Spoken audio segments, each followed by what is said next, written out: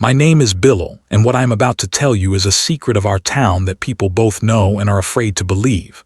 I grew up hearing the elders say that death never comes alone. Before it arrives, the air of the house changes. Animals grow restless. Dreams become heavy. And there are some people, God knows how, who already know in whose courtyard the next shroud will be opened. But I always considered these things to be rural superstition. Our town is in an old district of Punjab. Not a big city, not completely a village. Just such a place where every person knows every other person through someone. If there is a funeral in any house, half the shops in the market close. An announcement is made from the mosque loudspeaker. Women arrive wrapped in sheets from their homes. Men arrange the prayer ground, and even the children understand that today the noise of their playing must be kept low. The first time I saw her was at the funeral of Haji Karim Baksh. Haji Sahib was the old cloth merchant of our market. A gentle man, he would set up water stalls every year in Muharram, distribute rations in Ramadan, and his death had not been sudden but came after old age and illness. On the day of the funeral, white sheets were spread in his courtyard. People were reciting prayers. The sound of women crying came from inside, and the deceased was laid on a cot in the middle of the courtyard. I had gone with my father. Everything was normal. But then my eyes stopped on a woman. She entered the courtyard silently from the farthest corner. She wore a light, dusty white sheet. Her clothes were old but clean. Her face was half covered. Her hands were completely limp, and her way of walking was as if she was not in the habit of asking anyone for way. The strange thing was that no one stopped her, but no one recognized her either. She went straight to the feet of the deceased and stood there. She did not raise her hands, nor did any sound of prayer come from her. No tears. She just stood near the feet of the deceased, as if her gaze was fixed on that part of the shroud where the cloth is tied around the feet. I asked my father softly, "Who is this?" Without looking, he said, "Must be some relative." But when I looked again, the woman was not in the courtyard. I thought perhaps she had gone inside with the women.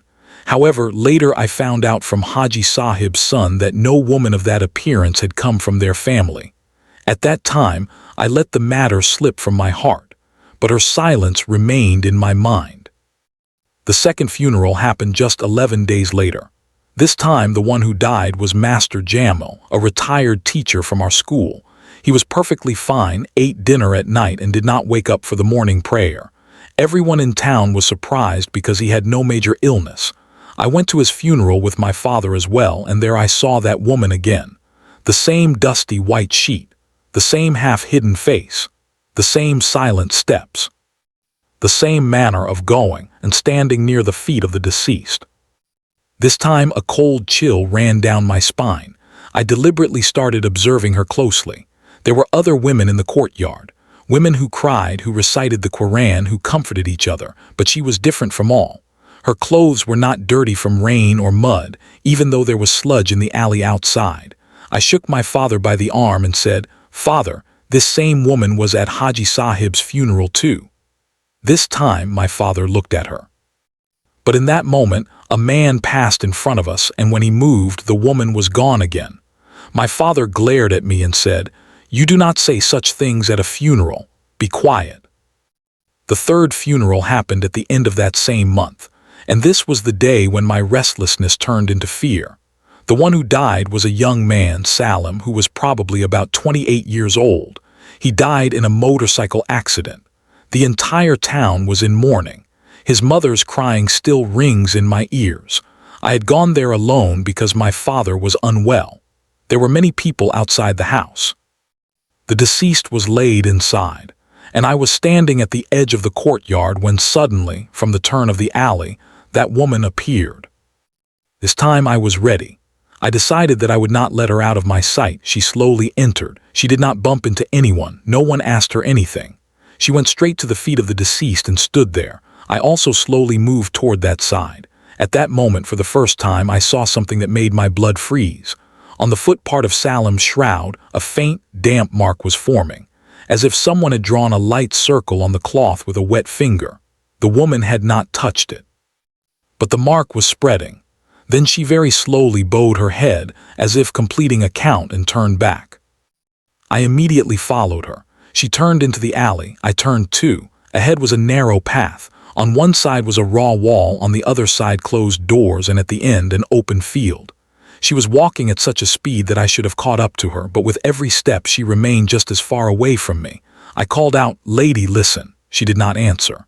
I started walking faster. She turned toward the field. I ran to the turn and reached it, but ahead there was no one. No woman, no footprints, no edge of a sheet. Nothing.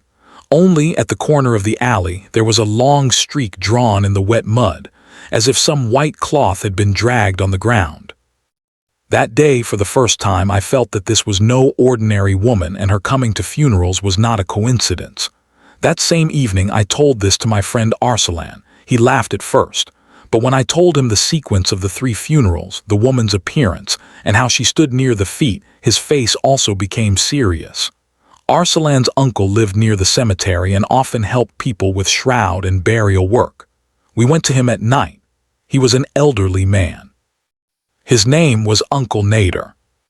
At first he scolded us, saying that one should not be curious about matters of death. But when I mentioned that woman, especially that she stands near the feet of the deceased, Uncle Nadir's face changed. He closed the door, made us sit inside, and said very softly, "You have seen her at funerals. That is why you still do not understand the whole matter. People think she comes to funerals. The truth is, she does not come after the funeral. She comes before. It is just that people usually recognize her when it is already too late." I asked, "What do you mean?" Uncle Nadir was silent for a while. Then he said, "Our elders used to call her the Shroud Measurer. This name may also be wrong, but this is how she is identified. She appears where the shadow of death has already descended.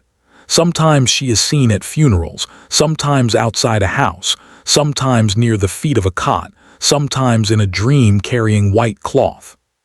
She comes to see how much cloth will be needed, where the place will be, and from which direction it must be carried away." The hairs on my neck stood up. I said, "But Haji Sahib had already passed away. Master Sahib too, Salim too."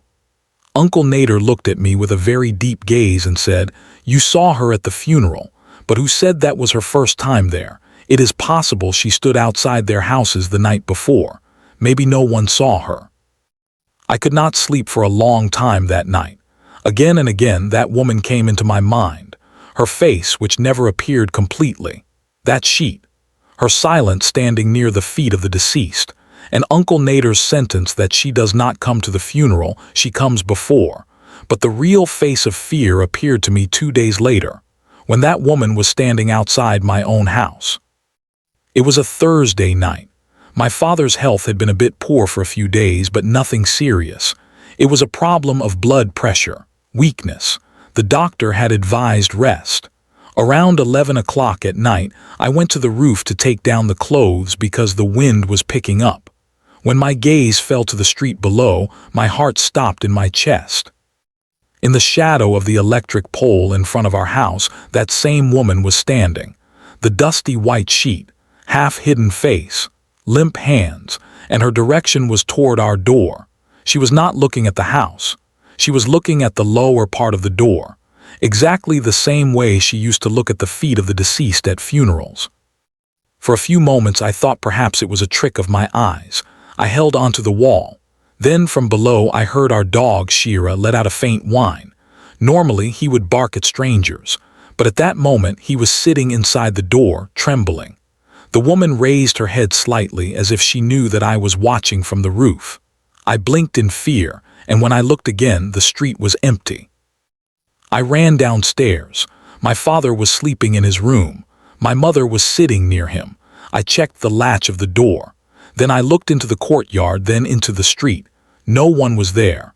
I did not tell my mother anything because she was already worried. But in the second half of the night, my father suddenly sat up with a scream. We all ran to his room. His face was white. His breathing was fast, and he kept looking at his own feet. My mother gave him water. I asked, "What happened?" My father said in a trembling voice, "A woman came in my dream. She had white cloth in her hand. First she looked at the head of the cot. Then she came toward the feet. Then she started measuring the cloth from my feet to my shoulder. I asked, "Who are you?" She said, "I am just taking measurements. The time has not come yet, but there should be readiness." My mother immediately started reciting prayers. My legs gave way. I looked toward my father's feet, and there, on the sheet, there was a very faint mark of moisture, as if a cold finger had touched the cloth. At that moment, I fully understood Uncle Nadir's words. That woman did not come to funerals to mourn. She came before. The funeral was only the part that people got to see after her arrival. The next morning I called Arsalan and we both went to Uncle Nadir. After hearing my account, he asked only one question. "Did she come inside the house?" I said, "No, she was standing outside, but my father saw her in a dream." Uncle Nadir took a deep breath and said, "Then perhaps the path can still be closed, but be careful. At such times no member of the house should be left alone. Do not leave the feet of a sick person uncovered. Do not open the door at night. If any woman comes at night in the name of some female relative of the house or in the name of a relative and says, 'Bring the sick person outside,' never agree. Some say she only gives news. Some say she makes the path easy at the time of weakness. But the house where she finds a place, the shroud is opened soon after." After that, the nights of our house changed. We took turns staying awake in my father's room. My mother prayed. I sat near the feet of the cot and jumped at every small sound. The first night, nothing happened. The second night, my father said he heard the sound of a sheet being dragged outside the room. I opened the door, but the courtyard was empty. However, there was faint moisture on the floor. The third night, the incident happened that shook us to our core. Around 2 o'clock, there was a soft knock on the door. We were all awake. My mother thought perhaps someone from the neighborhood had come, but I stopped her. The knock came again. This time from outside came the voice of my aunt. "Open the door, I need to see my brother." She lived in the same town, but coming at that time of night was strange. My mother started to get up, but I immediately held her hand and said, "Let's call her first." When I called, she answered in her sleep. She was in her own house. At that very moment the voice came again from outside, the same voice of my aunt but slightly drawn out. "Open the door. There is little time." My mother's color drained. My father started reciting sacred verses. I went close to the door but did not open it. From underneath, a cold wind came inside, and then very softly, as if someone was dragging cloth on the ground, that sound moved along the courtyard wall and faded away. In the morning, there were 2 marks on the mud outside the door. Not like footprints, but as if someone had spread a long white cloth on the ground and then dragged it back. From that day, word started spreading in our neighborhood that something was in Bilal's house. People gave advice. Some said to change the doctor. Some said to give charity. Some said prayers. Some said incantations. But I could not tell anyone the real thing, because what I had seen before I could even tell it would prove me insane. My father sometimes seemed better during the day, sometimes suddenly became weak. But the strange thing was that he was more tired from fear than from illness. He kept saying, "Cover my feet at night. I feel like someone is standing and watching." On the 4th night, my father called me to him. His voice was very weak. He said, "Bilal, if something happens to me, do not be afraid. No one escapes death. But if that woman you saw comes again, do not let her come near my head. She measures from the feet, but her eyes are fixed on the head." I could not understand, but my father said nothing more. That night around 4:45, there were 3 very soft scratches on the window pane of the room. I was awake. It was dark outside. The curtains of the window did not move, but fog began to gather on the glass even though it was not cold. In that fog, a long shape formed. Then it faded. My mother told me to pick up the Quran. I started reciting. My voice was getting stuck in my own throat. Then, from outside the window, a very muffled woman's voice came. "Not yet, I just came to see." After that, everything fell silent. My father survived that night. In the morning, his health was surprisingly better. The doctor said the danger had passed. My mother gave thanks. I was happy too, but a thorn remained in my heart because that woman had said, "Not yet."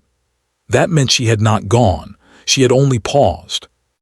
The next few days passed in peace. My father started sitting up, eating, talking. The neighbors even started saying, "See, the fear was baseless." But on the seventh day in the evening, as my father was sitting on a cot in the courtyard drinking tea, a funeral passed through the street. It was the funeral of a man from another neighborhood.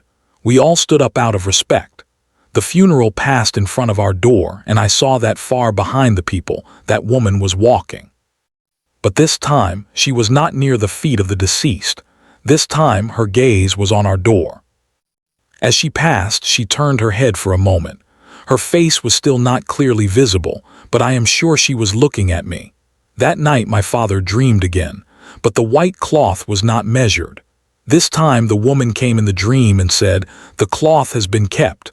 When you call me, I will come." My father lived for another month. During this time he kept fluctuating between better and worse, but that woman did not appear outside our house again. I started convincing myself that perhaps the danger had passed. Then one morning, just before dawn, my father passed away. He went very peacefully. My mother's hands were in his hands. I was sitting near his feet. Death brings sorrow in every case. But at that moment, I also felt a strange peace that that woman was not in the room. We arranged for the washing, the shroud, the funeral. People gathered in the courtyard. I was broken. But inside there was a certainty that my father's death was his own, not that woman's. But when the deceased was placed in the courtyard and I raised my eyes among the people, there she was. The same dusty white sheet, the same silent manner of standing, the same place near the feet of the deceased.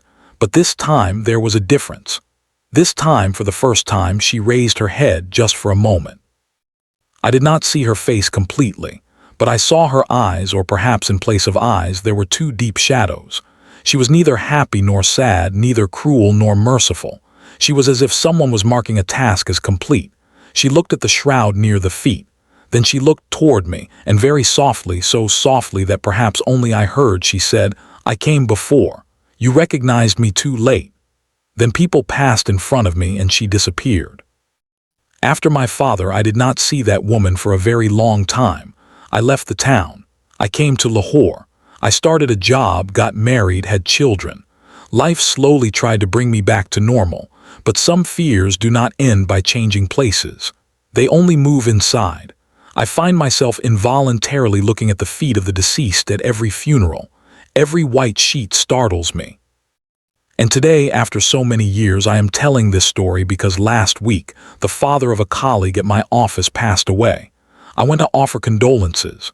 There were people in the courtyard. The deceased was laid out, and I told myself very firmly that I had forgotten the old things. But when I looked toward the feet of the deceased, she was standing there, exactly the same.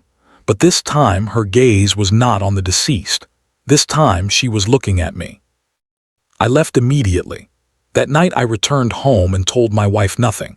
I saw the children sleeping. Then I came to my room and lay down. In the last watch of the night I had a dream. I was lying in a white room. A woman was standing near my feet. She had white cloth in her hand. She was measuring that cloth from my feet to my shoulder. I wanted to scream, but no sound came out. Then she said very softly, "Now you understand, don't you? I do not come to funerals, Bilal. I come before funerals." I woke up in the morning. On the sheet near the foot of my bed there was a faint, damp circle. I do not know if this is a superstition, if it is the effect of a dream, or if she has truly now come as far as my door. But one thing I know for certain. If ever at a funeral you see a woman who neither cries nor meets anyone, who does not look at the face of the deceased, but only stands near the feet and silently gazes at the shroud, do not ignore her, thinking she is a relative of the deceased. It is possible she did not come for him. It is possible she has only come to see what size the next cloth will be. May God protect us all from such silent signs, from such heavy dreams, and from such unseen sounds that arrive at the threshold of the house before death does. May God keep our homes, our parents, our children, and our loved ones in His protection from every shadow that is not visible but frightens the heart before it arrives. Amen.